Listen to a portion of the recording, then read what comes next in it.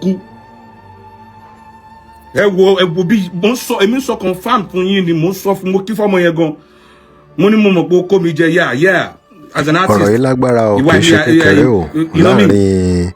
àna Esabod àti Esabod fúnra rẹ̀. wọ́n máa wo ìyá ìbò yín ṣe bó lórí burúkú mi ò ever lánàá mi báyìí kí n sọ fún àwọn island ọ̀rọ̀ tí mo bá yín sọ lé ní mi ò ever bá anybody sọ ní island èmi mo jábàálẹ̀ ẹ̀ Esabod orí ẹ̀ ti dàrú ó ti já wèrè oyún méjì tó ṣẹ́ èyí tó fi lẹ́nájì tó fi ń bá wọn jà lórí Facebook ọmọ ẹ lóyún London record label ẹ orí ẹ ti dàrú ti já wèrè.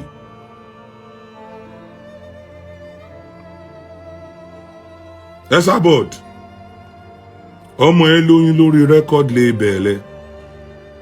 ọmọ ẹ Anna ó lóyún lórí record label ẹ ò dẹ̀ mọ̀ àwọn ayé tó dẹ̀ ń bá jàjà fracas wọn ò mọ̀ pọ̀ ọmọ ẹ lóyún pèmí wá ń wò èmi dẹ̀ rò pé ìyá ẹ máa lọ bú mi lórí Facebook ni wípé ọmọ àlè Starboy yẹn ọ̀rọ̀ yìí lágbára o kì í ṣe kékeré o láàrin àna Esabod àti Esabod fúnra rẹ̀. wọ́n bá gbé gbogbo bẹ́ẹ̀ mi àtọmọ ẹ ṣe ń ṣeré nínú mọ́tò jáde ó ti ya wèrè ìyá tó bá tọ́ mi tó bá kàn mí wọ egungun màá wọnú ẹ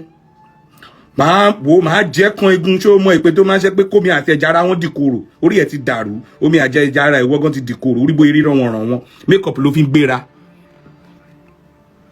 ìwọ tó mọ bí Saheed Òṣùpá ṣe wá sí bẹ́ẹ̀dì tó ṣe láàánú kitchen tán fò wá láti London tán fò wá lamẹ́ríkà tán fò wá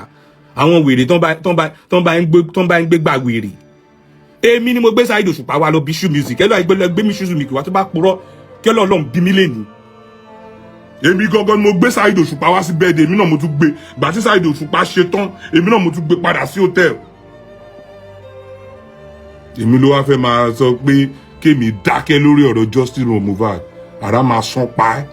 Esabod mi ò kí ẹ̀ bó ṣe lágbára tó bá ti ń pa àwọn nǹkan tó bá ti ń pa ògo àwọn nǹkan ò lè rí tèmi pa. Drop your comment. Remember to like, share and follow us. Thanks for watching.